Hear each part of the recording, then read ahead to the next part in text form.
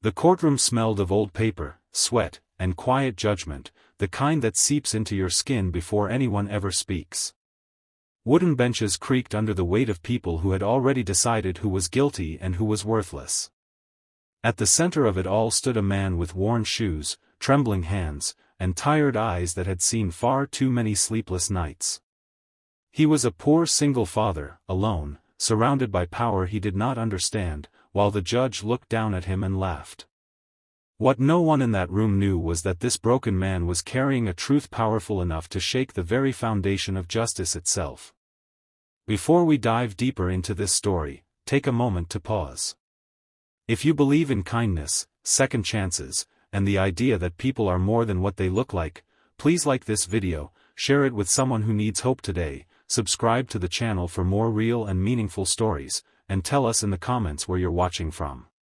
Your support helps stories like this reach hearts across the world.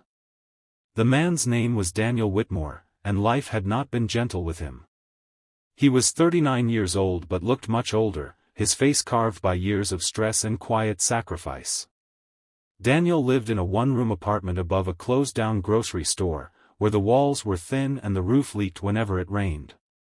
Every morning before the sun rose, he woke up to prepare his daughter Emily for school, carefully brushing her hair, packing the same modest lunch, and pretending that everything was fine. Emily was 9 years old, bright-eyed, and gentle, carrying a kindness that only children raised in hardship seem to possess.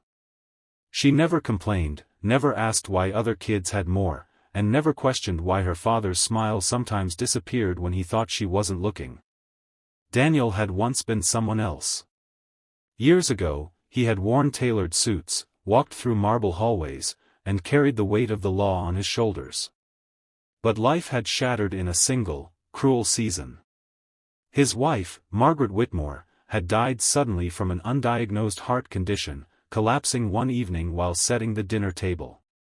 The grief that followed was heavy and unforgiving, and Daniel stepped away from everything to raise Emily on his own. What began as a temporary leave from his career slowly turned into isolation. Rumors spread, connections faded, and one poor financial decision after another dragged him into debt. By the time he realized how far he had fallen, the world had already moved on without him. The case that brought Daniel to court seemed small to everyone else but meant survival to him. He had been accused of failing to pay property taxes on the abandoned building he lived above, a technical violation that could lead to eviction. Losing that apartment meant losing the last fragile sense of stability Emily had. He had tried to explain his situation, filing paperwork late at night after working double shifts as a warehouse loader, but the system had no patience for exhausted single fathers with shaky handwriting and overdue forms. When Daniel stepped forward in the courtroom, the judge barely looked at the documents. The judge was a man named Harold Cunningham, known for his sharp tongue and visible disdain for people who wasted the court's time. As Daniel nervously explained his inability to pay, his voice cracking under the weight of humiliation, the judge laughed. It wasn't loud, but it was sharp enough to echo. The laughter carried judgment, disbelief, and a quiet cruelty that made Daniel's face burn. The judge saw only a poor man asking for mercy, another failure expecting sympathy. The courtroom joined in its silent agreement. Lawyers shuffled papers impatiently, spectators exchanged knowing looks, and Daniel felt smaller with every passing second. His hands clenched as memories flooded his mind, memories of law books, of justice spoken in lofty words, of promises he once believed in. He swallowed hard and steadied himself, not for pride, but for Emily. He could endure the laughter if it meant protecting her future. As proceedings continued, something shifted. Daniel requested to submit additional documentation, a formal request that carried an unexpected weight.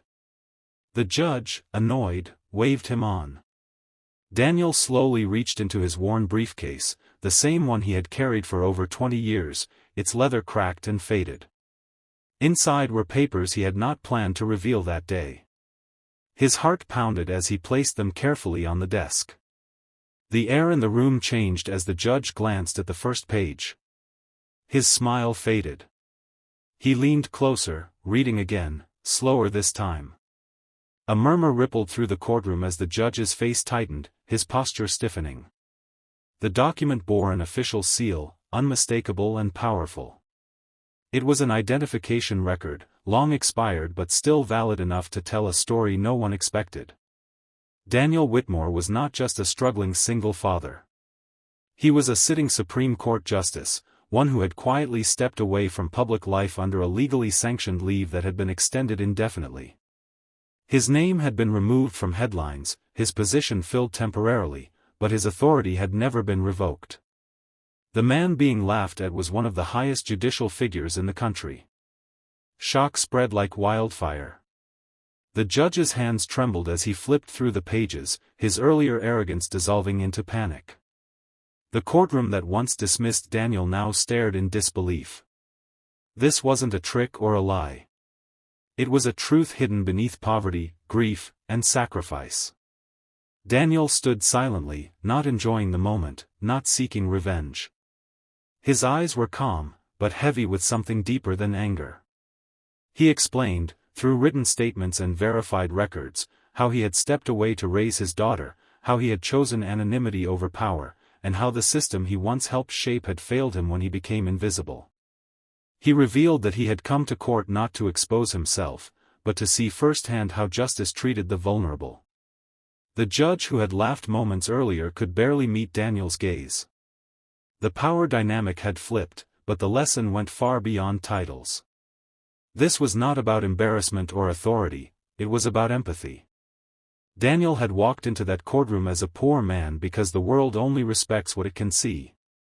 The case was dismissed immediately. More than that, an internal review was ordered into how similar cases were handled. Court staff watched as Daniel quietly gathered his papers, thanked the clerk, and prepared to leave. There was no triumphant exit, no smug satisfaction. Only a tired father eager to return home to his daughter. News of the incident spread quickly. Headlines focused on the shocking reveal, but the deeper story lived in the hearts of those who paid attention. Daniel returned briefly to public service, not to reclaim power, but to reform policies affecting low-income families and single parents. He used his voice to remind the system that dignity should never depend on appearance. At home, Emily hugged him tightly when he returned that evening. She didn't know the details, only that her father looked lighter, freer, and hopeful for the first time in years. They shared a simple dinner, laughter filling the small room as rain tapped gently against the windows.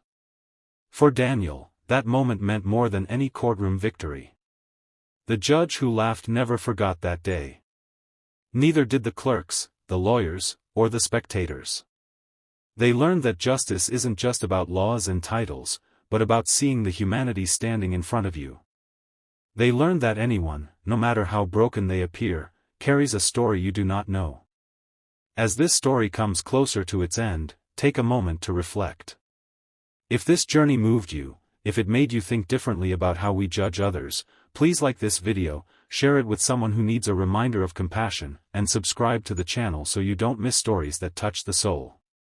And before the final moment fades, leave a comment telling us what this story made you feel and what kindness means to you in today's world. Daniel Whitmore never wanted to be remembered as a powerful man.